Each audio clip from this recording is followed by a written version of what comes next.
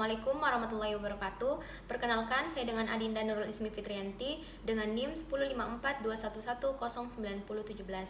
Nah, pada kesempatan hari ini, di sini saya akan melakukan pembuatan video pemeriksaan ginekologi. Adapun yang pertama itu anamnesis, yaitu sebagai berikut. Assalamualaikum. Waalaikumsalam Bu, silakan duduk. Ya, perkenalkan Ibu, saya dengan Dr. Dinda yang bertugas di klinik ini pada pagi hari ini. Boleh tahu dengan Ibu siapa? Bu Ina dok. Ibu Ina. Berapa umurnya Ibu Ina? 30 tahun dok. 30 tahun di. Oke Ibu, ada keluhan apa? Keputihan dok. Keputihan di. Ini keputihannya sudah berapa lama Bu? 2 minggu dok. 2 minggu. Oke Ibu. Ini Ibu warna keputihannya kekuningan atau berwarna putih? Warna kekuningan dok. Warna kekuningan di. Oke. Ibu ada rasa gatal? Ada dok. Oh, ada di. Oke Ibu. Berbau? Tidak dok. Oh, tidak ada tidak ada berbaunya di. Bagaimana dengan konsistensinya Ibu? Apakah kental? Kental dok. Kental di. Kalau boleh tahu ini Ibu sudah punya berapa anak? 2 dok. Oh, 2 di. Ibu baru mengalami hal seperti ini atau sudah mengalami sebelumnya Ibu? Baru pertama kali dok. Baru pertama kali. Ibu kalau boleh tahu Ibu ini disertai dengan keluarnya darah? Tidak keluar darah. Oh, tidak, jadi tidak keluar di darah. Oke Ibu. Bagaimana dengan haidnya Ibu? Apakah teratur? Teratur dok. Teratur. Bagaimana dengan riwayat buang air besar dan buang air kecilnya Ibu? Apakah lancar? Lancar dok. Oh, lancar. Jadi, oke Bu. Ibu pernah memakai KB sebelumnya? Tidak dok. Oh, tidak. Jadi, nah, oke Ibu. Di sini saya akan melakukan pemeriksaan ginekologi. Di sini tujuannya untuk mengetahui apakah ada kelainan pada bagian kemaluannya Ibu atau di bagian mulut rahimnya Ibu. Nah, di sini juga saya akan memasukkan nanti alat yaitu spekulum di bagian daerah kemaluannya Ibu. Mungkin Ibu agak sedikit kurang nyaman, tetapi Ibu tidak usah khawatir karena saya juga akan didampingi oleh asisten saya. Gimana Ibu? Apakah Ibu bersedia? Iya dok. Ya, bersedia. Jadi silakan Ibu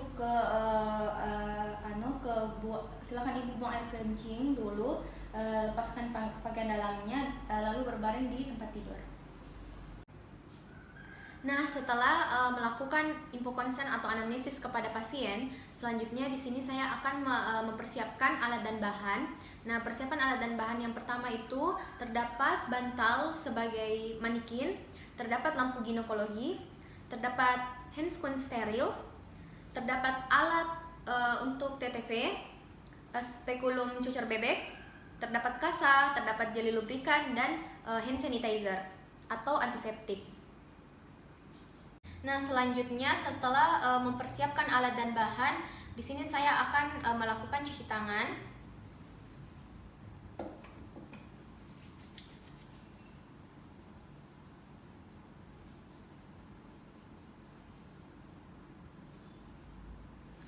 Nah, setelah itu kita melakukan pemeriksaan luar pada pasien. Sebelum itu kita posisikan pasien posisi litotomi. Nah, setelah itu kita melakukan perabaan pada daerah perut Ibu.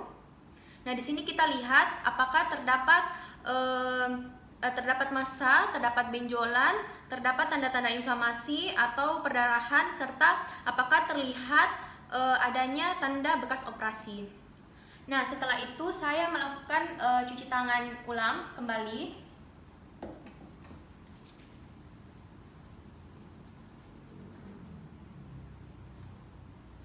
Dan memakai handscone.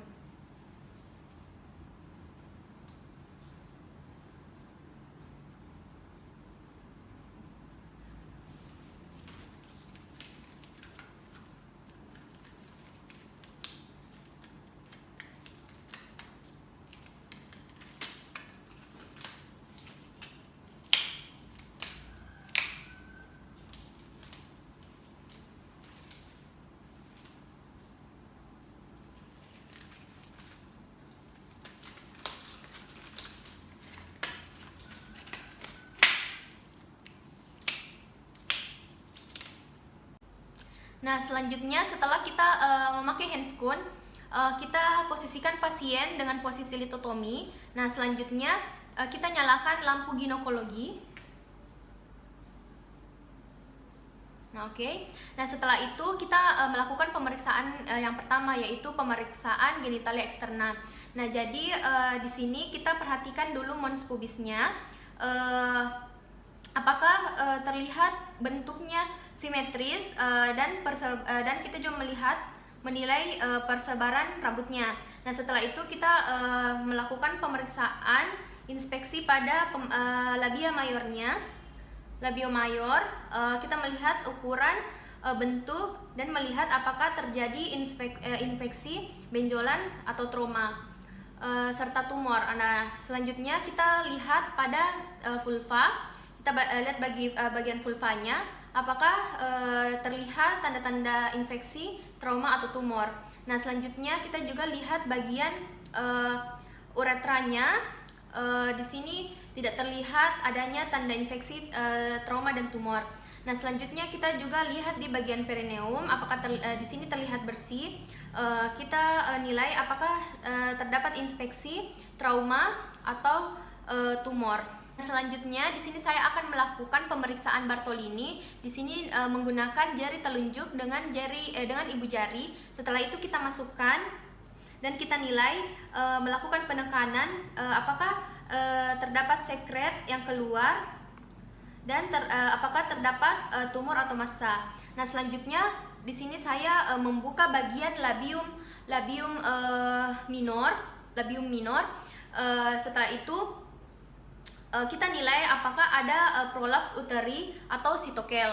Nah, selanjutnya saya akan menekan pada bagian bawah posterior dari vagina. Nah, setelah itu kita nilai apakah ada kontraksi dari vagina. Kita juga rasakan apakah ada massa, apakah ada tumor atau tidak. Nah, selanjutnya untuk pemeriksaan spekulum, di sini saya menggunakan spekulum cucur bebek dan terdapat kasa.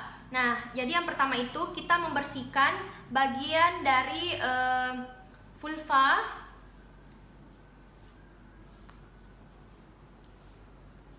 dari atas ke bawah. Setelah itu kita buang ke tempat sampah medis. Nah, setelah itu yang pertama saya membuka bagian dari labium minor dan saya masukkan spekulum secara horizontal. Setelah itu saya putar 90 derajat dan kita masukkan hingga serviks terlihat dan kita mengunci spekulum. Nah, jika serviks sudah terlihat, di sini kita nilai warna, apakah ada warnanya, apakah ada massa, apakah terlihat ada benjolan atau tidak, apakah terdapat sekret atau keputihan atau tidak. Nah, setelah itu saya akan mengeluarkan spekulum. Di sini kita mengeluarkan spekulum secara perlahan-lahan dan kembali ke 90 derajat dan menariknya secara perlahan-lahan. Nah, selanjutnya di sini saya akan melakukan pemeriksaan bimanual dengan pemeriksa itu dalam keadaan berdiri, bisa juga duduk. Nah, setelah itu kita melakukan pada tangan kiri kita membuka bagian dari labium minor. Nah, setelah itu kita masukkan jari tengah dan jari telunjuk ke dalam mulut vagina. Nah, di sini kita nilai dinding vagina apakah ada massa, apakah ada benjolan, apakah terdapat perdarahan.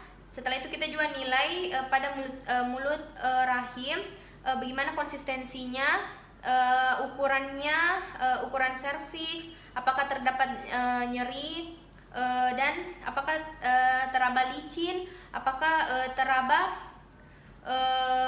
seperti benjolan atau tidak.